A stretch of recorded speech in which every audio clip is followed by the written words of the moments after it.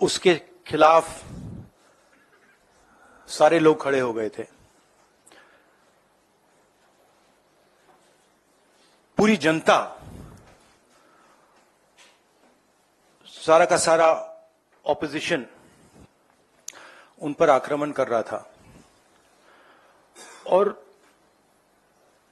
वो टेफ्लॉन जैसे थे। उन पर जितना भी आक्रमण करो कुछ होता नहीं था। तो थोड़े साल बाद जो ऑपोजिशन के लोग थे जो उसको रेजिस्ट कर रहे थे, वो बाहर एक ऋषि बैठा रहता था, उसके पास गए। उसने कहा कि बताइए, हमें बात समझ नहीं आ रही है। हम इस राजा पर मतलब 24 घंटा आक्रमण करते हैं, जनता इसके खिलाफ है, कुछ होता ही नहीं है। जितना हम इस पे आक्रमण करते हैं ऐसा लगता है कि हम गलत जगह मतलब तीर मार रहे हैं। तो ऋषि ने कहा, वो काफी मतलब नॉलेजेबल था, तो उसने कहा देखिए एक्चुअली बात क्या है, ये जो राजा है इसकी आत्मा इसके अंदर नहीं है। इसकी आत्मा वहां पे पीछे एक छोटा सा घर है, वहां पे एक पिंजड़े में एक तोता बैठा है। इसकी जो आत्मा है ना वो उस तोते के अंदर है। उस तोते को जाके आप पकड़ लीजिए, राजा खत्म हो जाएगा। बहुत इंटरेस्टिंग कहानी है, क्योंकि नरेंद्र मोदी जी की आत्मा अदानी में है। तोता कहीं बैठा है, राजा कहीं बैठा है, और बहुत समय के लिए सारी की सारी ऑपोजिशन राजे पे अटैक कर रही थी। मगर असलियत यह है कि राजा राजा ही नहीं है, पावर किसी और के हाथ में है,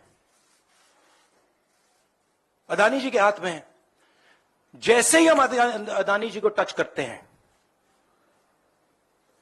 इंटेलिजेंस एजेंसीज, स्नूपिंग, सीबीआई, मैं पहले सोचता था number 1 prime minister, number 2 Adani, number 3 Amit Shah. Actually ये गलत है। Number 1 Adani, number 2 prime minister, number 3 Amit Shah. अभी हिंदुस्तान की पॉलिटिक्स हमें समझ आ गई है, और अदानी जी बच के नहीं निकल सकते, क्योंकि अदानी जी को हमने ऐसे घेरा है, तोते को हमने ऐसा पकड़ा है कि वो बच के नहीं निकल सकता है। और इसीलिए सारा का सारा हो रहा है डिस्ट्रैक्शन पॉलिटिक्स, कि देश की निगाह, ऑपोजिशन की निगाह पिंजरे में बैठा हुआ तोते की ओर ना चले जाए। तो हमें काफी क्लैरिटी है। आप देखिए, पूरे ऑपोजिशन के खिलाफ यहां पे एप्पल का नोटिस आता है। मैंने इसको थोड़ा आपके लिए बड़ा करके दिखाया है। देखिए, अच्छी तरह देखिए, ये तोते का काम है, राइट? इसमें लिखा है, Apple believes you are being targeted by state sponsored attackers who are trying to remotely compromise the iPhone associated with your Apple ID. अब ये मेरे ऑफिस में सब लोगों को मिला है, वेणुगोपाल जी को मिला है, कांग्रेस पार्टी में लिस्ट बनी हुई है, पवन खेड़ा, सुप्रिया, सीताराम येचुरी, अखिलेश यादव, प्रियंका चतुर्वेदी, महुआ मोइत्रा, राघव चड्ढा, टीएस सिंहदेव, लिस्ट है। और ये सारे के सारे किसी ना किसी तरीके से इस मामले में इन्वॉल्व है। और देश के युवाओं को मैं समझाना चाहता हूं, बताना चाहता हूं यहां हो क्या रहा है।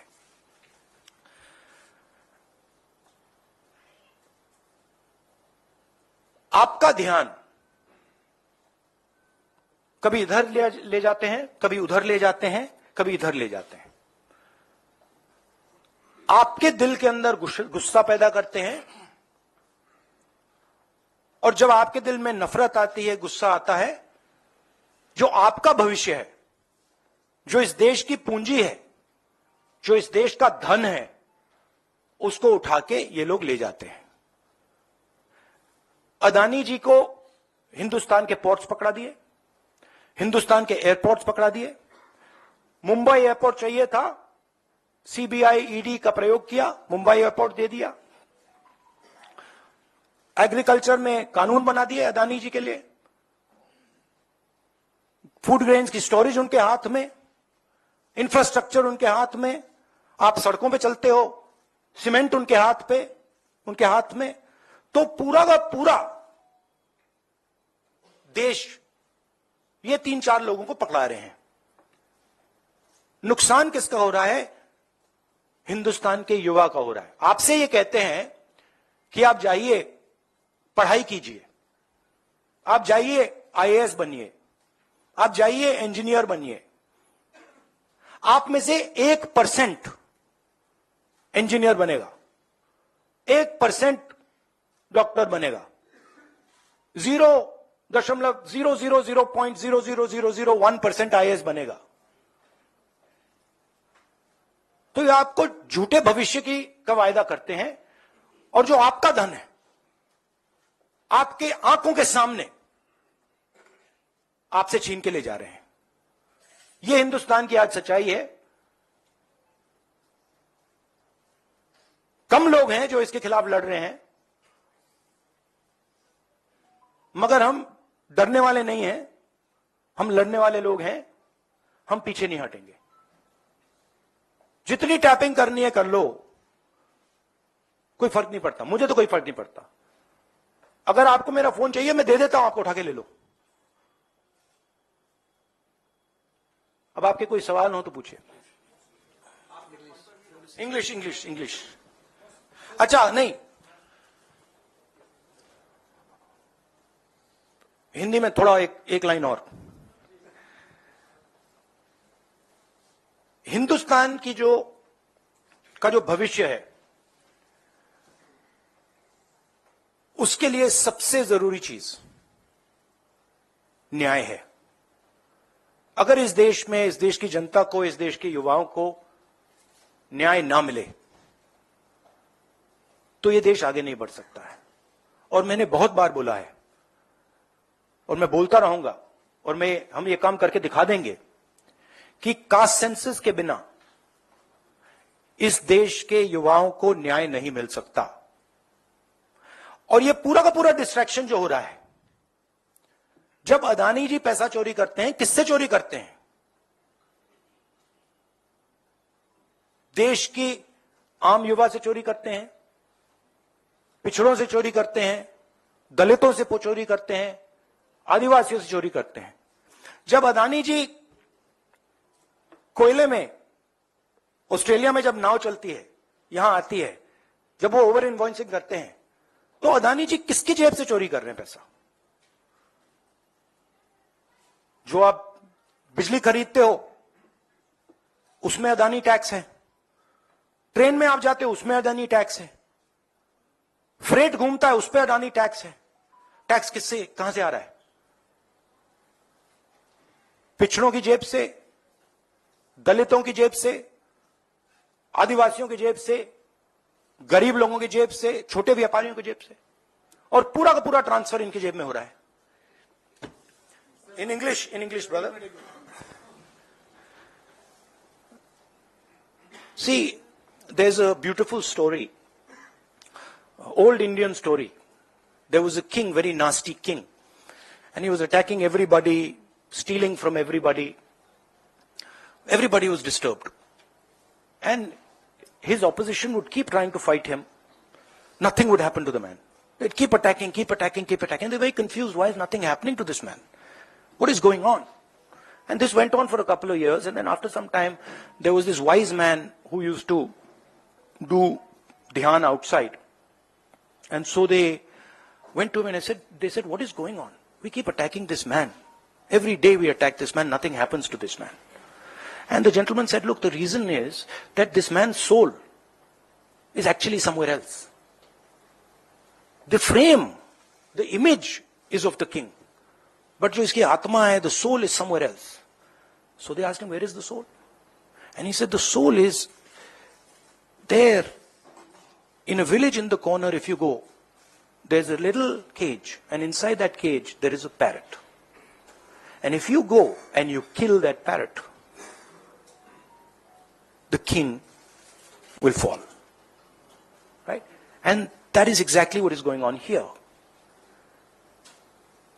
Mr. Narendra Modi's soul is Mr. Adani. Right? And no matter how much we attack Mr. Narendra Modi, it doesn't have an effect. Because the soul is somewhere else. And now we've understood this. We've understood that the soul is there in the parrot.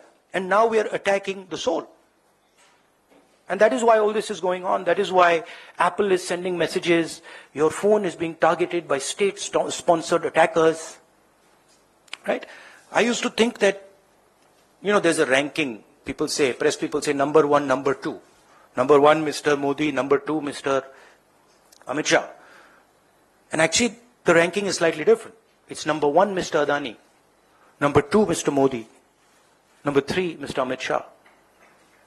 The country will soon realize that the Prime Minister is employed by Mr. Adani and works for Mr. Adani. Right? The examples of this are clear. Bombay Airport. Airport that is owned by somebody else. State-sponsored agencies attack the owner. He surrenders the airport to Mr. Adani. Mr. Adani is over-invoicing coal from Australia. It leaves Australia, it arrives in India, the prices doubled. No inquiry. Nothing. No ED, no CBI, nothing. Who's paying for it? When we are using electricity, poor people of this country using electricity, we're giving Adani tax. We're going in the railways, we're giving Adani tax. So it's very clear what is going on. Right? The wealth of the Indian people is being stolen from them. They are being divided. They are being made to hate each other. And while they are angry, they are disturbed, they are upset, Mr. Adani is basically taking over everything in this country. He owns most of the channels that are, whose cameras these. Most of these cameras, I don't know which ones, but half of them at least are owned by Mr. Adani. So, hello. Hello, Mr. Adani. I know you don't like this. I know you don't like this type of activity, but I must tell you that you are creating a huge amount of anger against yourself in this country. The common masses of this country are getting to understand what is going on. And it's my duty as a politician, as an opposition politician, to tell the truth about what is happening in India. So if you have any questions. Yeah, Anand. Sir, after Pegasus, we have seen this again snooping on the phones of several of the Congress leaders and opposition leaders. So what's your next step? Whether will you go to take legal recourse or something like this? No, the last inquiry, the last Pegasus inquiry, where, my name was also there, that sort of disappeared, right? So that tells you the situation in the country. Our job as opposition is to make people understand what is going on. And I'm very happy that more and more people are understanding what is going on. It's very clear. And this is clearly a sign of panic, right? This is clearly, this is not just one person, this is the whole opposition. So this is obviously, this is not done by somebody who's not scared, or this is not done by somebody who's honest or who believes in themselves. This is the work of criminals, of thieves. Only thieves and criminals would want to do this. Rahul ji, अभी आपने एक बड़ा खुलासा किया। आपने कहा कि देश में अडानी सरकार चल रही है। आपकी बातचीत का लब्बुल लुआब था। तो लोकतांत्रिक देश में आप एक वोटिंग के जरिए सरकारें बदल सकते हैं, तो मोदी सरकार तो आप बदल सकते हैं, लेकिन अडानी सरकार कैसे बदलेंगे? ये बड़ा इंटरेस्टिंग प्रॉब्लम है। आइडियाज है मेरे पास। नहीं तो कुछ अगर शेयर कर पाए कि ये नहीं, कैसे? शेयर ऐसे आइडिया शेयर नहीं करते हैं। टाइम आएगा तो दिखाएंगे अडानी सरकार कैसे बदली जाती है। बट आपने बहुत गहरी बात बोली है। अडानी जी, ये मत सोचिए कि अडानी जी सरकार बदलने से हट जाएंगे, नहीं। मगर जिस तरीके का मोनोपोलाइजेशन हिंदुस्तान में हो रहा है, और अडानी जी उसके सिंबल हैं, सबसे बड़े सिंबल हैं एंड बिल्कुल ब्लेटेंट सिंबल हैं, उससे देश को जबरदस्त नुकसान हो रहा है। उससे हमारी डेमोक्रेसी टूट रही है, हमारे लोगों का पैसा चोरी हो रहा है, हमारे इंस्टीट्यूशंस कोलैप्स कर रहे हैं। तो बीजेपी की सरकार और बीजेपी का जो फाइनेंशियल सिस्टम है वो डायरेक्टली लिंक्ड है इनके साथ। बट चुनाव जीतने से प्रॉब्लम रिजॉल्व नहीं होगा। प्रॉब्लम रिजॉल्व करने के लिए और दवाई देनी पड़ेगी। Mr. Gandhi, this side, sir. This side. This. Sir. Sir, you've been raising Adani issue and crony capitalism for quite some time now. Do you firmly believe that this issue is also resonating and echoing in general public? And if yes, are you going to make this important poll plank in 2024 as you made Rafael in 2029? See, you have to understand where I'm coming from. Okay? I am defending what I consider to be the idea of India. Okay? I believe a free press. I believe independent institutions. I believe fair business practices. These are all the idea of India. And I am defending that idea. And I'm defending that idea how? With the truth. Right? I have a habit of telling the truth. I like speaking the truth. It gives me happiness and joy. Right? And that is what I'm doing. This is not just a political fight. This is not just a fight about, as I said, about going and winning an election. This is a much deeper fight. One step is winning an election. And I'm confident that you will see in the next state elections the results, right? But it is a deeper problem. We were enslaved. Please remember, all the young people in this country, please remember, we were enslaved by a monopoly. We became slaves of a monopoly. It was called the East India Company. It was a foreign monopoly. It had partners in India. And we are being enslaved by a monopoly again. So we are fighting actually for the independence of this country. Many people are not realizing this right now. You will come to realize it. But what is going on is a continuation of the freedom struggle, the fight against monopoly capital which made our country into a slave country.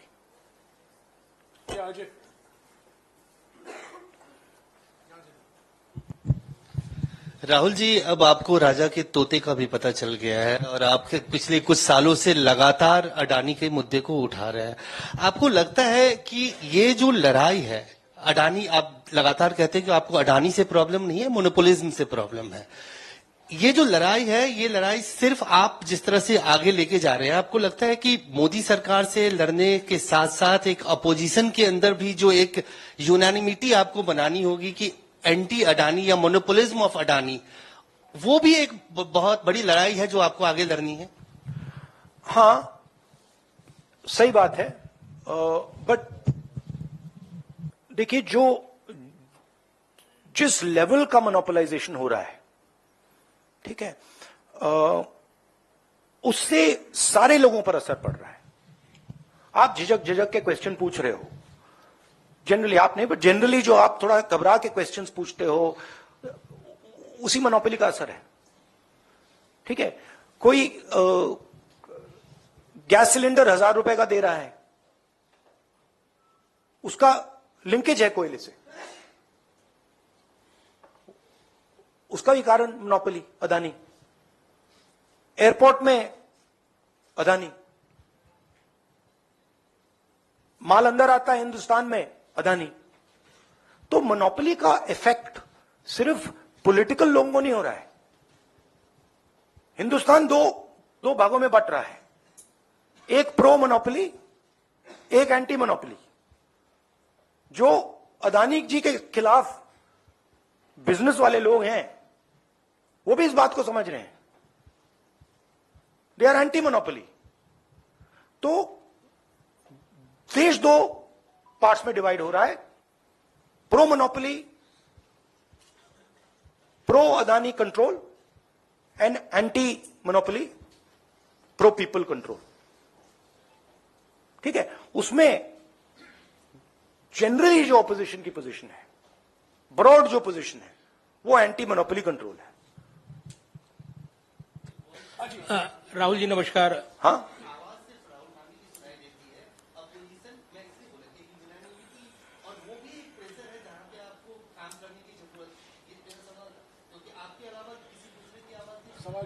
वो तो नहीं, वो तो है, दूसरों की आवाज है। इट इज नॉट दैट दूसरों की आवाज नहीं है। आप लोग थोड़ा ज्यादा मेरे ऊपर फोकस कर जाते हो। राहुल जी नमस्कार। राहुल जी नमस्कार। नहीं, मैं अकेला नहीं हूं। ये एक कॉन्सेप्ट है, एक आइडिया है, हिंदुस्तान का एक आइडिया है। मैं अकेला नहीं हूं, करोड़ों लोग खड़े हैं मेरे साथ। वो अलग बात है कि उनके हाथों में लाखों करोड़ रुपए नहीं है, मगर वो सब खड़े हुए हैं, सबको दिख रहा है, सबको दिख रहा है देश में क्या हो रहा है। अदानी जी एज नंबर 1, सबको दिख रहा है। राहुल जी नमस्कार। राहुल जी मेरा सवाल है, आपने निष्पक्ष, राहुल जी इधर सामने, आपके ठीक सामने। राहुल जी नमस्कार। अब मेरा सवाल है, जिस तरीके से निष्पक्ष न्याय का आपने जिक्र किया है और उसमें भागीदारी रिजर्वेशन को लेकर ओबीसी का आपने जिक्र किया है, कल एक फैसला आया सुप्रीम कोर्ट का, क्या आपका ये जो बयान है इससे जुड़ा हुआ है, या कैसे न्याय कैसे निष्पक्ष सुनिश्चित हो, भागीदारी क्या न्यायपालिका में भी, क्या आप उसका जिक्र करें? आरक्षण का ये इशू स्पष्ट कीजिए। ये देखिए, मराठा आरक्षण को लेकर भी लड़ाई एक सिंबल है। अदानी जी एक सिंबल है। जैसे आपने कहा, मेरा पर्सनली अदानी जी के खिलाफ कुछ नहीं है, ठीक है। मैं स्ट्रक्चर को देख रहा हूं और मुझे स्ट्रक्चर में प्रॉब्लम दिख रही है। अगर अदानी जी का कोई और नाम होता तो मैं उसके बारे में बोलता। तो Adani ji has become a symbol of monopolization of India, and monopolization अब सब जगह पहुंच गया है।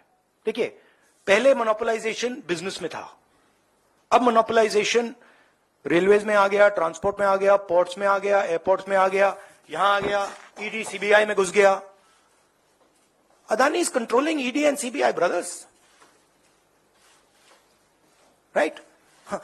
Bombay airport, he got Bombay airport by controlling CBI and ED, so he's controlling the country. So that is my problem. Number 1. अब main बात क्या है कि number 1 Adani monopoly, number 2 monopoly जो देश के पिछड़े लोग हैं, दलित लोग हैं, आदिवासी लोग हैं, उनका सरकार को चलाने में उनका रोल ही नहीं है। मैंने उस दिन आपसे पूछ दिया, शायद पूछना नहीं था, बट इसमें इस कमरे में कितने पिछड़े लोग बैठे हैं? नहीं, अब आप बैठ गए, आए हो, पता नहीं स्पेशल इनवाइट, बट एक, ठीक है, आप एक हो ना, ठीक है। आपकी आबादी कितनी है हिंदुस्तान में? कितनी होगी? ओके, अब आप देखिए, आप हैं रिपोर्टर्स। अब आप मुझे बताइए, इंडिया के जो टॉप मीडिया कंपनीज हैं जो आपको कंट्रोल करती हैं, उनमें से ओबीसी सीईओज कितने हैं, दलित सीईओज कितने हैं, आदिवासी सीईओज कितने, ओनर्स कितने हैं? Zero, zero. अब this is a huge problem for the country. This is another type of monopoly. So these two monopolies are connected. Adani's monopoly and caste census are directly connected. And what I'm trying to do is show the connection to the people of India. कि ये connected है, कि यहां पे 90 लोग हिंदुस्तान को चलाते हैं, उसमें 3 पिछड़े हैं, पिछड़ों की आबादी 50%, बजट का कंट्रोल 5%, आदिवासियों की आबादी 12%, कंट्रोल 0.01%, मतलब 100 रुपए में से 10 पैसे, दलितों का कंट्रोल 1%, 100 रुपए में से 1 रुपया. तो दिस इज नॉट एक्सेप्टेबल. अगर हम मतलब सुपर पावर की बात कर रहे हैं, देश की प्रगति की बात कर रहे हैं, तो ये स्ट्रक्चर एक्सेप्टेबल ही नहीं है. इसीलिए मैं कास्ट सेंसस का सवाल उठा रहा हूं. And caste census is what? It's x-ray. हम ये भी नहीं कह रहे हैं कि एक्शन क्या लेना है. हम ये कह रहे हैं भैया पहले एक्सरे लो, पता लगाओ इस देश में अदानी कितने हैं, पिछड़े कितने हैं, दलित कितने हैं, आदिवासी कितने हैं. एक बार डेटा आ जाएगा, उसके बाद हम जो हिंदुस्तान के डेवलपमेंट के नेक्स्ट स्टेप है, रेवोल्यूशनरी स्टेप है, उसको हम शुरू कर सकेंगे. तो ये मेरा मेन पॉइंट है. अजी अरुण हाँ, अरुण हेलो, ये सब सिम्टम्स है ना. ये सारे के सारे मोनोपोली के सिम्टम्स हैं. और कुछ मतलब पूरा का पूरा एक आदमी कंट्रोल कर रहा है. ठीक है, आप हिंदुस्तान के युवाओं को क्या ऑप्शन देते हो? ऑप्शन देते हो आईएएस, कितने बनेंगे? 300 बनेंगे, 400 बनेंगे हर साल. फिर ऑप्शन देते हो इंजीनियर, डॉक्टर, लॉयर, कितने बनेंगे? 1% बन जाएंगे. तो 99% लोगों का क्या होगा? अब उन 99% लोगों को रोजगार कौन देते हैं? छोटे बिजनेस वाले देते हैं. अब कोई पिछड़ा लड़का, कोई दलित लड़का कहता है भैया मैं छोटा सा बिजनेस चालू करना चाहता हूं, 15 सेकंड नहीं चलेगा उसका बिजनेस. क्यों? क्योंकि अदानी खड़ा है, उसको बैंक लोन नहीं मिलेगा. तो ये जो सारे के सारे अनएम्प्लॉयमेंट है, ये सारा का सारा स्ट्रक्चर इस मोनोपोली के कारण हो रहा है. आप बताइए, अदानी जी ने हिंदुस्तान के कितने बिजनेसेस खत्म किए हैं? लाखों बिजनेसेस उड़ा दिए हैं. और बिजनेस उड़ाने का क्या मतलब? कि हिंदुस्तान के युवाओं को रोजगार नहीं मिलेगा. तो बड़ा सिंपल कॉम्बिनेशन है. अदानी जी को पैसा दो, हिंदुस्तान के युवाओं को रोजगार मत दो. जो उनमें गुस्सा आएगा उसको गुस्से को और आग दो, और अदानी जी को पैसा दो. ये स्ट्रक्चर है. आज की जो पॉलिटिक्स है इस एरा में आप हैं, बहुत ज्यादा डिपेंडेंट है टेक्नोलॉजी. और आप पेगासस से लेकर आज तक जिस तरह से आप लगातार आरोप लगा रहे हैं और जिस तरह के मामले सामने आ रहे हैं, आपको लगता है कि विचारों का स्वतंत्र प्रवाह नहीं हो पाता है? अगर आप फोन उठाते हैं तो आप झिझकते हैं, उस पर बात करने से झिझकते हैं, और इसकी वजह से जो तैयारियां चुनाव की है या पार्टी की रणनीति वो अफेक्ट होती है, प्रभावित होती है.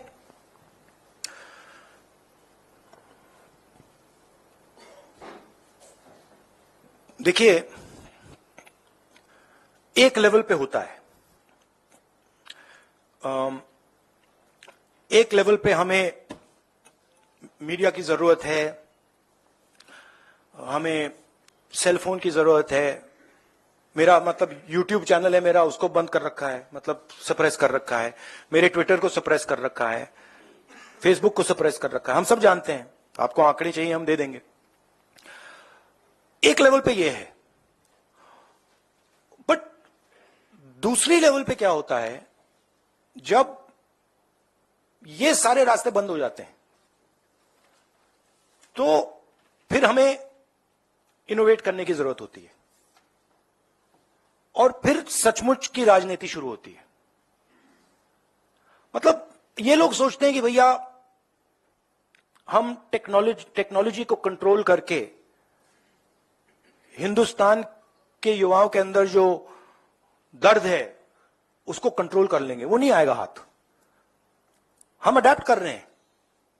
भारत जोड़ो इसका एक बहुत अच्छा उदाहरण है। उसमें कोई टेक्नोलॉजी की जरूरत नहीं है। आप पूरी टेक्नोलॉजी बंद कर दो, बंद की इन्होंने पूरा, मतलब दम लगा दिया, कोई फर्क नहीं पड़ता। तो एक्चुअली जिस लेवल पे हम पहुंच गए हैं, मुझे लग रहा है, बड़ी इंटरेस्टिंग बात है, मुझे लग रहा है कि पुराने औजार ज्यादा बेनिफिशियल हैं, ज्यादा इफेक्टिव हैं और हम इनको पुराने औजारों से ही मारेंगे। अब देख लेना, एंड में ये पुराना औजार, सबसे पुराना औजार कौन सा है? सच्चाई है। उसी से हम इनको पकड़ के, आखिरी सवाल संजीव, कोई भाग नहीं सकता। Last time, this issue, the issue of snooping came up was last year, when the Pegasus issue had come up and the entire monsoon session of parliament had been washed away. Now this time again, this issue has come up. So how are you going to strengthen the voice against this issue and whether it is going to die down again? And what you plan to do going forward, whether you're going to move the court or go to the people or how? No, we are, as I've been saying, we have moved. Our political system has moved, right?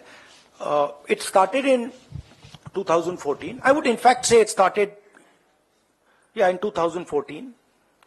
I would say that the concept started in Gujarat in 2002. And then the concept evolved and the concept spread, the idea spread from Gujarat, which was pure monopoly, to the rest of India. We have now entered a different politics, where the old tools and structures don't work. Look, if you had given me this in, Manmohan Singh ji's government time or Vajpayee ji's government time, this was explosive. This was like dynamite. It would blow any government to bits.